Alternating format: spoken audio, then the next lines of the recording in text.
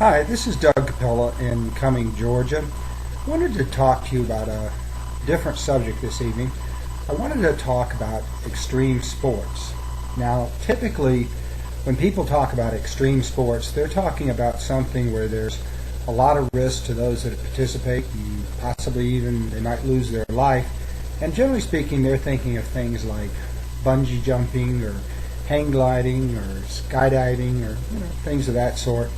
But let me just tell you right now that all three of those and any other extreme sport I've ever heard of pale in comparison to what I'm about to tell you about, which I believe is the most extreme sport of them all, and that's dating the opposite sex when you're in your 40s or beyond. Now, I was divorced back when I was about 43 years old, and at that point I'd gotten married early. I was married for some 22 years. I never really thought about being single again. I just assumed I'd be married all the rest of my life, and I was single for about a year and a half, never really gave it any thought, and then I found out that a lady that I knew who was quite pretty and had been friends of my kids, that she was single.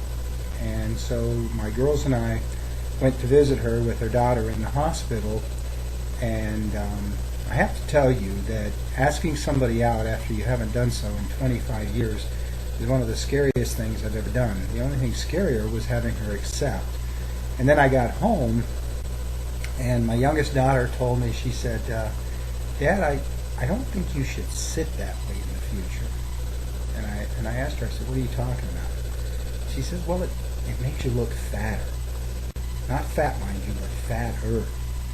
And I had to go look in the mirror, and obviously all those years of being married and eating good food and drinking good wine, I kind of let myself gain weight.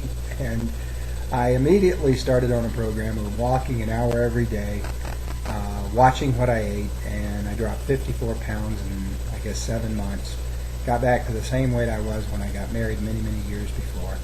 And I was off and running with the dating experience. Now, I'd love to tell you that at that point, being almost in my mid-40s, I was the smoothest dater ever. Well, that's not true. As my dad told me, he said, you may be, I guess I was 44 at the time, but he says, as far as dating goes, you're in diapers. And he was right.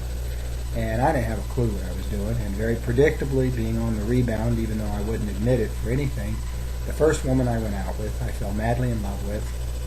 We had a whirlwind courtship, despite the fact she was extremely toxic for me. I ended up paying her mortgage and doing some other things that I needed to have my head examined for. But she was pretty. And we ended up engaged, and that ended after about 11 days. We didn't get married, which was good, because that would have been a disaster.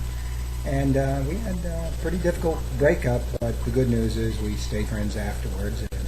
And that was it. And there were a lot of other women. I mean, the next woman I met, we dated for a while, and she was a few years older than me.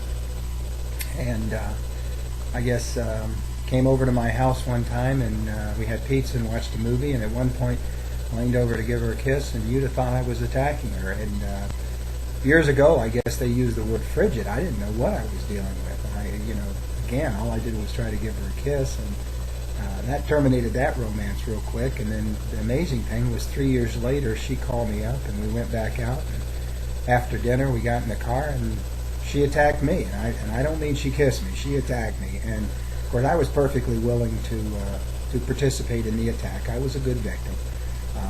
I didn't curl up in a fetal position.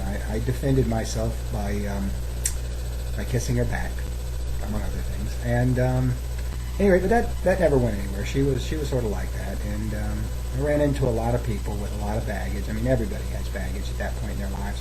But the real issue is not whether you have baggage, but what have you done about it? I mean, if you dealt with your issues, that's great. On the other hand, if you haven't, then it might not work out so good. And occasionally I was introduced by friends and family. They all thought they had the perfect woman for me. And I remember one time I went out with a lady who was about 13 years younger than me, and she's supposed to be the perfect woman for me. And in any case, she owned her own house, car was paid for, she'd been working as a long-distance operator for the phone company for a long time, had no children. When I got on the phone with her, we talked for hours. She was absolutely one of the best conversationalists I've ever spoken to, but when she sent me a picture of herself, a couple pictures, I'm 5'7", and at that time I guess I weighed about 150 pounds, and this lady was at least 5'9", and she was big. She wasn't necessarily fat, she was big, and she wasn't all that pretty. And I don't mean to sound shallow, but as far as looks go, I'm of the mind that anybody tells you that looks don't matter is either a fool or a liar, or an idiot, because every one of us has what I would refer to as a minimum acceptable standard for the opposite sex. Now, it varies from person to person, and it may change. We may get to know somebody over time, and our opinion of them may cause them to come up to our minimum acceptable standards, but there's still a minimum. I mean, most of us, if we meet somebody on a blind date and they look like Quasimodo or Quasimodo's sister, we're probably not going to pursue that person. And again, I don't mean to be harsh. I just mean to be honest about it. And at any rate, so I went down to see this lady. She lived about 70 miles south of me, so it was a pretty good trek. And at that time, I was driving a Dodge Stealth, and I'll never forget when she opened the door. She towered over me. I mean, she was enormous. And the first thing that came to my mind was she reminded me of the Disney character. I don't know if you remember Baby Huey, but that's who she reminded me of. And we ended up going out to lunch at a Red Lobster with her and her sister and her sister's husband. And I actually thought her sister was kind of cute, but she was married. And we had a real nice lunch, but then they came back to her house, and they had to go to work, and they left me alone with her. And that was pretty frightening to begin with. And as time went by, I began to realize that this lady was really getting into things, and I wasn't. And so about 3 o'clock, I had a long drive home and didn't want to get caught in rush hour traffic, so I told her I've got to go. And when I left the house, I knew I did not want to pursue this, that there was just no chemistry. And rather than just leave her in a lurch, because I didn't think that was right, I just dropped her a short note in the mail that evening, and I just told her, I said, hey, I enjoyed the time we spent together, you got a nice family, but there's no chemistry, and I want to wish you well. And you would think that that would be the end of it. Well, not exactly.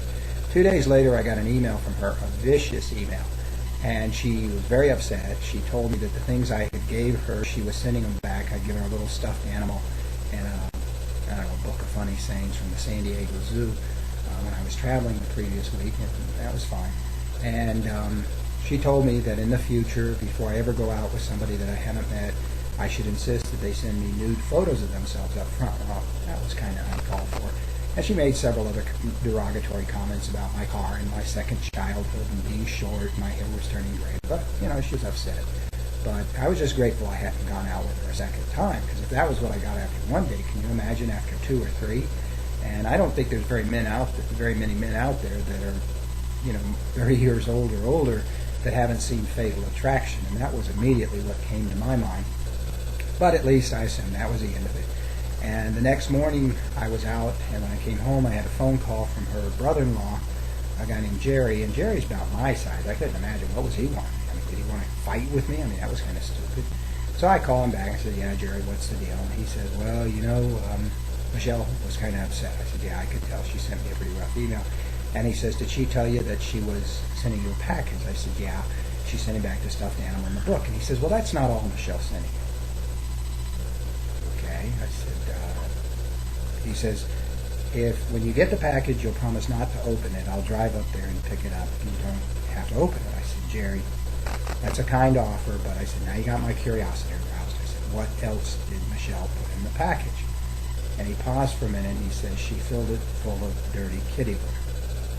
Well, now, I had a cat of my own at the time and had plenty of dirty kitty litter, in fact, more than I needed, but I didn't mail it to people. And I just told him, I said, look, you don't need to drive up here. I said, I won't open the box now that you told me what's in it. I'll just throw it in the dumpster. But I said, Jerry, your sister-in-law needs to not be dating people. She needs some help therapeutically. And he agreed she needed to get some help. So, at any rate, years went by, and went out with a lot of people and a lot of strange episodes. Eventually, it led me to 1999, and not having found a suitable person through my family and friends, or business, or anything else, I actually started looking into internet dating. Now, I don't want to make this video too long. I'll make a second one on internet dating, but that's where where we'll conclude this. But I do have to tell you this much. That was, I guess, almost 10 years ago when I got remarried, and I hope anybody out there that's married can stay married, because it may seem like fun, but for the most part, it's really not. It's a lot of hard work. It's a lot of heartache, and that old adage about the grass looking greener, there's a lot of truth to it. So anyway, hope you enjoyed this, and I'll talk to you later.